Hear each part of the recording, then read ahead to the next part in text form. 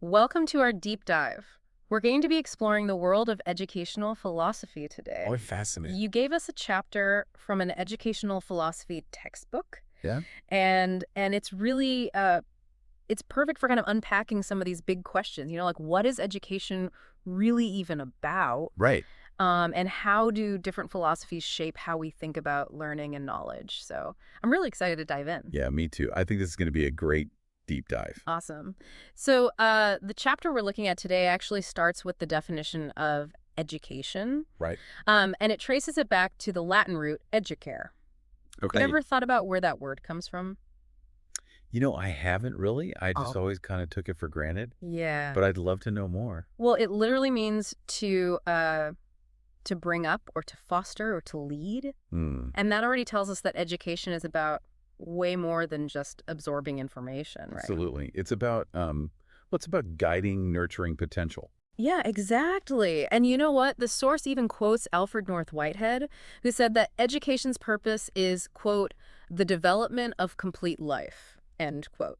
Wow. That's a pretty big statement. Yeah, it really is. I mean, it Mhm. makes you think about the role of education in shaping, well-rounded individuals Yeah, and what it means to live a complete life. exactly. And what's fascinating to me is how education really draws from all these different fields. Yeah, Philosophy, sociology, psychology. totally. It's like this web, connecting how we understand ourselves as individuals, Yeah, how we function in society, yeah. and how we learn and process information. It's really complex. Yeah, it is. It's like this really intricate tapestry, I guess, that kind of weaves all of these things I together. like that. A tapestry.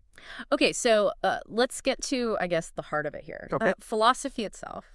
Before we kind of dive into the nitty-gritty of it, I've always thought of philosophy as something kind of intimidating. Right. But the source we're looking at actually breaks down the meaning of the word, and it's actually kind of beautiful. It comes from the Greek words for love and wisdom. Oh, interesting. So it's the love of wisdom. Wow, when you put it that way, it does make it sound a lot less intimidating Yeah. and more about this like deep desire to understand the world, Yeah. and our place in it. Exactly. The Yeah. source actually defines philosophy as, quote, the rational investigation of the truths and principles of being, knowledge, or conduct, end quote. Okay. Still a mouthful, I know. But basically, it's about examining those really big questions we all have about existence, right? Right. Like, what is real? Yeah. How do we know what we know? Yeah. And what are our values? Mm. And how do they shape our actions? Mm-hmm. And these aren't just abstract ideas. I mean, they really do have practical implications for how we live our lives. Mm. Yeah, they do. And you know what I found interesting? The chapter talks about having a personal philosophy. Okay. They describe it as, quote, how to live or how to deal with a particular situation, end quote. Hmm. I never thought of it in those terms before. It's interesting, but you're right. We all kind of do have one, don't we? Yeah. Whether we realize it or not. I mean, it's just those underlying beliefs and values that guide our decisions Yeah, and actions every day. exactly. I think this deep dive is really helping us articulate those beliefs Yeah, and understand how they fit into the bigger context of, philosophical thought. totally. So let's break down this larger context a little bit. Okay. The chapter you shared highlights the three main branches of philosophy: Okay. metaphysics, Okay. epistemology, Okay. and axiology. Got it. It's all sound a little bit intimidating at first, Right. but I have a feeling you're going to make them crystal clear for us. I hope so. I'll do my best. Let's start with metaphysics. Okay. This branch is all about exploring the nature of reality. Wow. So think of it as pondering those really big questions about existence, like what exists, Yeah. what's real, what's the nature of the universe, all those big questions. Yeah, the source gives the classic example of debating whether human nature is inherently good or evil. Right. That's a question that's puzzled philosophers for ages, right? It really has. And that's metaphysics in action. Yeah. It delves into the very essence of being. It Mhm. prompts us to really examine our assumptions Yeah. about ourselves and the world around us. Totally. And within metaphysics, you have ontology, Okay. which focuses on the nature of being. Okay. And you have cosmology, which Sure. explores the origin and structure of the universe. So if metaphysics is asking what is real, then what about epistemology? What's that all about? So epistemology dives into the question of how do we know what we know? So it examines the nature of knowledge itself, its sources, its limits, and the different ways that we acquire it. So the source talks about deductive and inductive reasoning as examples of different ways of knowing. Yeah. Deductive reasoning starts with a general principle Right. and applies it to a specific case. Right. Like, all dogs are mammals, Fido is a dog, therefore Fido is a mammal. Exactly. A classic example. Now, inductive reasoning, on the other hand, starts with specific observations Okay, and moves towards a general conclusion. okay, It's like observing that every swan you've ever seen is white right, and then concluding that, well, all swans must be white. right. Of course, this can be disproven if you then encounter a black swan. Yeah, that makes a lot of sense. But why is it so important for us to really understand these different ways of knowing? Well, because it helps us evaluate the quality and the reliability of information, Oh, that's especially in today's world where we're just bombarded with information from all sides. right. Being able to critically assess, the information we encounter is absolutely essential. Yeah, it is. Understanding how we know something helps us determine if that knowledge is based on sound reasoning and evidence. That's a really valuable point, especially in this age of misinformation. Okay, let's move on to the third branch, axiology. This one focuses on the realm of values. Yes, axiology explores questions about what is good, Mm. what is bad, Mm. what is beautiful, Mm. what is ugly. Yeah. It examines where these values come from, how they shape our choices, and how they influence our understanding of the world. You know what? I think we use axiology all the time without even realizing it. Yeah, I think you're right. Right. From judging art and making moral decisions Yep. to even choosing what to eat for dinner, we're constantly making these value judgments. We are. Axiology really encompasses both ethics, Okay. which deals with moral values and Yeah. conduct, Okay. and aesthetics, Okay. which explores beauty and artistic experience. Okay, so we've got metaphysics exploring the nature of reality. Right. We've got epistemology examining how we know what we know. Right. And we have axiology delving into this realm of values. These are some pretty big concepts. They are. They're the big questions of life. Yeah. And it's important to remember that these branches are not isolated. I mean, they interweave. Yeah. They inform each other. For example, our understanding of reality, which is metaphysics, Right. can shape how we approach knowledge, which is epistemology. Okay. And our values, or axiology, can influence our understanding of both. And that brings us to philosophy of education, which is like the culmination of all of these ideas, but applied to the realm of learning and teaching, right? Exactly. The source defines philosophy of education as, quote, a set of beliefs about learning that guides how we teach and learn, end quote. So it's the why behind our educational choices. So it's like, okay, we've explored these really fundamental questions about reality, knowledge, and values. Now, how do those ideas inform how we approach education? What are our goals for education? And how do we best achieve those goals? Right. And here's the fascinating part. Everyone has a philosophy of education, Yeah. even if they've never actually, sat down and articulated it. Yeah, that's true, So I think this deep dive will help us bring those underlying beliefs to the surface and understand how they shape our approaches to teaching and learning. Yeah, I'm excited to keep going. Me too. So now that we've kind of laid the groundwork with these branches of philosophy, Yeah. let's delve into how these ideas actually manifest in different philosophies of education. Okay. The chapter you gave us gives a pretty good overview of some key figures and their ideas, Yeah. and I think you'll find some of them pretty surprising. I'm all ears. You mentioned that everyone has a philosophy of education, Oh. even if they haven't, consciously defined it. Yeah. So exploring these different philosophies that are laid out in this chapter might help us, understand our own beliefs a little bit better. Exactly. So let's start with some of the heavy hitters. Yeah. We can't talk about education without mentioning Socrates. Oh, of course not. He's considered the father of Western philosophy. Right. And his method of teaching through questioning is still so relevant today. Oh, yeah, the Socratic method. Exactly. I remember learning about that in school. Yeah. Instead of just lecturing, Socrates would ask his students these thought-provoking questions Right. and kind of lead them to discover knowledge on their own. Yeah, It's really all about stimulating critical thinking, isn't it? it is. Socrates believed that true knowledge resided within individuals Okay. and could be drawn out through dialogue and self-reflection. Yeah. It's a really powerful approach. Yeah. I mean, it encourages students to really actively engage with the ideas Yeah. and challenge those assumptions. Totally. That Yeah. makes a lot of sense. And then Wow. we have Plato, Yeah. Socrates' student, Yes. who took kind of a different approach, I guess. Yeah, he did.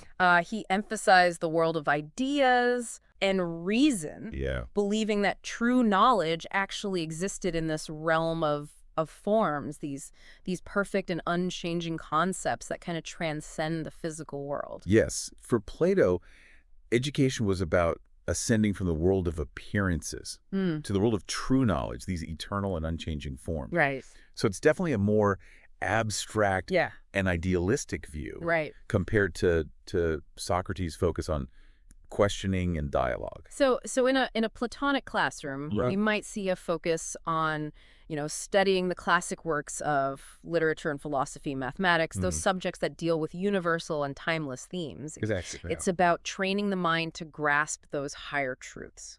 You got it.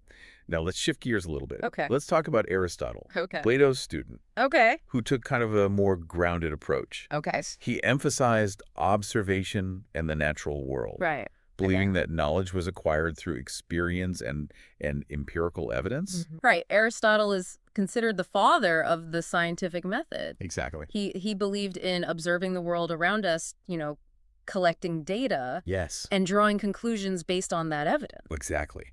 He really valued hands-on learning Mm. and believed that knowledge should be rooted in a deep understanding of the natural world. Yeah. So you could say he really laid the groundwork for a more scientific and empirical approach to education. Yeah, it's fascinating to see how these three thinkers, all connected through their lineage, Right. had such distinct perspectives on education. Right. It shows that even within one tradition, there can be such a wide range of philosophical views. Absolutely. And all of these ideas continue to influence how we think about education even today. Yeah, they really do. So now let's fast forward a few centuries. Right. And let's talk about John Dewey, Okay. a prominent American philosopher Yes. and educational reformer Right. who championed this idea of learning by doing. Dewey is the name I hear most often in education circles. Yeah, for sure. His philosophy, pragmatism, has had a huge impact on modern educational practices. It really has.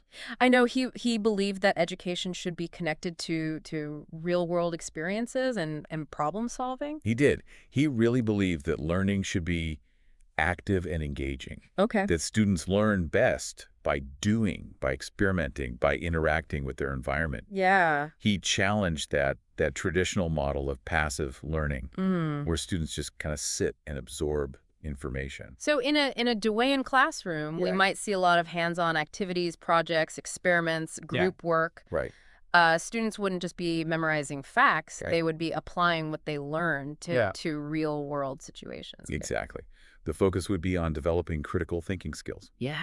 problem-solving abilities, Yeah. and a deep understanding of concepts through that active participation and experience. Yeah. Dewey's ideas really laid the foundation for what we now call progressive education. Okay, so we've got Socrates questioning everything, Right. Plato focusing on these abstract ideas, Right. Aristotle grounding education and observation and experience, Yeah. and Dewey advocating for learning by doing. Yes. That's quite a range. It is. Now, the chapter you provided also goes into some broader philosophical schools of thought Right. that have shaped educational practices. Yes, I'm curious to hear a little bit more about those. of course.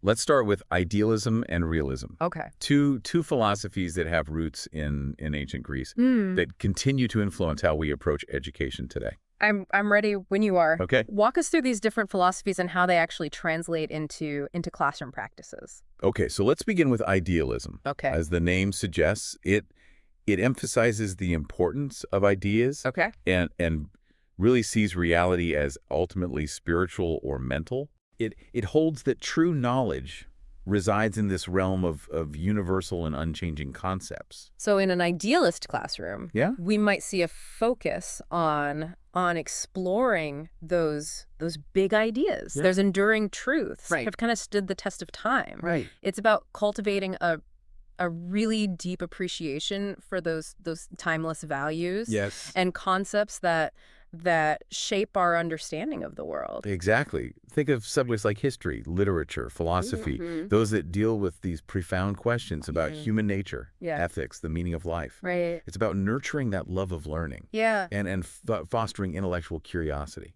Now, how does realism differ from idealism? Yeah, that's a good question. They both sound like they value knowledge, Right. but in different ways. You're right. They both value knowledge, Okay. but their approaches are definitely distinct. Okay. Realism, in contrast to idealism, Yeah. grounds education in objective reality. And the scientific disciplines, it sees the world as existing independently of our minds Okay. and believes that we can gain knowledge of it through observation and experimentation. So in a realist classroom, Yeah. there would be a strong emphasis on science and math. Right. And those subjects that really help us understand the natural world. It's about Yes. equipping students with the tools Yeah, to observe, analyze, and interpret the world around them. precisely. Yeah. The curriculum would likely focus on developing those critical thinking skills, Right. scientific literacy, Yeah. and a deep understanding of those laws and principles that govern the physical world. Okay. It's about fostering that sense of curiosity about the natural world Right. and equipping students to really navigate it effectively. Okay. So we've got idealism exploring those big ideas. Right. And realism grounding education in observable reality. Yes. What comes next on our philosophical tour? Let's move on to pragmatism, a philosophy that emerged in America in the late 19th century Okay. and had a profound impact on modern education. Pragmatism. This is where John Dewey comes in, right? You got it. Learning by doing, real-world problem solving. Yes. Those are all hallmarks of pragmatism. Absolutely. Pragmatism emphasizes the practical application of knowledge Okay. and believes that learning should be an active and experiential process. It rejects that idea of fixed and absolute truths Okay. and sees knowledge as something that's constantly evolving Okay. through our interactions with the environment. So a pragmatist classroom Yes. would be all about hands-on activities, projects, experiments, Yes. learning by doing. Exactly. It's about engaging students in activities that have real-world relevance Yeah. and allowing them to kind of construct their own understanding Yeah. through experience. That makes sense. So the focus is on problem-solving skills, Right. critical thinking abilities, and a deep understanding of concepts through that active participation and hands-on experience. Exactly. Do we believe that education should be about preparing students to be active and engaged citizens, capable of contributing to society in really meaningful ways? That's a really powerful idea. It is. Now, I've always been intrigued by existentialism. Yeah. It always seemed to me a little bit more philosophical and less directly tied to education. Right. How does that one fit into the mix? Well, existentialism is a fascinating philosophy Yeah. that really focuses on individual choice, freedom, and the search for meaning. Okay. In a seemingly absurd world, while it might not seem directly related to education at first glance, Right. it actually does have some interesting implications for how we approach learning. Okay, I'm all ears. Tell me more about how existentialism can actually inform educational practices. Well, existentialism emphasizes the importance of individual responsibility and the freedom to create meaning in one's life. Right. So in an educational context, Yeah. that translates to empowering students, Okay. take ownership of their learning, Okay. to explore their own values and beliefs, Yeah. and to really make choices that align with their authentic selves. So an existentialist classroom Yeah. might focus on helping students develop self-awareness, critical thinking skills, Right. and the ability to make those independent decisions. Exactly. It's about encouraging them to question assumptions, Yeah. explore different perspectives, Right. and really find their own path in the world. It's about encouraging that sense of agency. Right. Yeah. And responsibility in students. Yeah. Empowering them to be become those active participants Yeah. in their own learning journey. That's a really interesting perspective. It is. Now, we can't wrap up this philosophical tour without talking about postmodernism. It's a philosophy that often seems, complex and challenging. It can be. How does it relate to education? Well, postmodernism is this really multifaceted philosophical movement Hmm. that questions those traditional notions of truth, objectivity, and power structures. Okay. It emphasizes the importance of multiple perspectives, Okay. deconstructing those dominant narratives, Mm. and valuing the experiences of marginalized groups. Okay.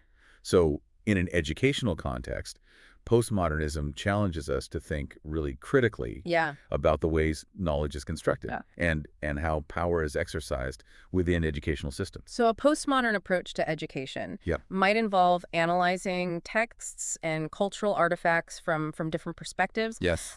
exploring the hidden biases and power dynamics Yeah. that shape our understanding of the world. Exactly. It's about encouraging students to question assumptions, Yeah. to challenge those traditional narratives, Yeah. and think critically about the information they encounter. Right. It's about creating a more inclusive Mm. and equitable learning environment Yeah. that values diversity Yeah. and encourages critical thinking. Wow, we've covered a lot of ground here. We have. From idealism to postmodernism. Yes. We've explored a whole spectrum of philosophical perspectives on education. We have. And remember, these are just a few of the many philosophies Yeah. that have shaped and continue to shape educational thought and practice. We do. What's important is to recognize that there's no one right answer Right. when it comes to philosophy of education. Absolutely. It's about finding what resonates with you, Wow. what aligns with your own values and beliefs about learning and teaching. Exactly. It's really amazing to see how these ideas, some of them dating back centuries, are still so relevant today, to how we think about learning and teaching. It really highlights the enduring power of these philosophical questions. It does. And what's even more interesting to me is how these different philosophies can coexist and even complement each other in a real world classroom. It's not about choosing one and sticking to it rigidly. So it's more like having a toolkit, Yeah. of different lenses through which we can view that learning process. Being We right. can draw on different ideas and approaches depending on the context, the needs of our students. Exactly. The key is to be aware of those different lenses, to be able to articulate your own philosophical stance and understand how it influences your choices. Yeah. As educators, parents, or even just as lifelong learners. Yeah, this deep dive has really given me a new appreciation for the why behind education. Mhm. It's not just about the content we teach, but about the underlying beliefs that shape how we approach learning and teaching. Right. And that brings us to you, the listener. Yeah. We've explored all these different philosophies, but what does it all mean for you personally? How can you apply these ideas to your own life and learning journey? That's such a great question. This deep dive has been so fascinating. But I think it's really important to make those connections to our own experiences, right? Right. So what stands out to you from all these different philosophies we've discussed? Anything that really resonates with your own beliefs about education?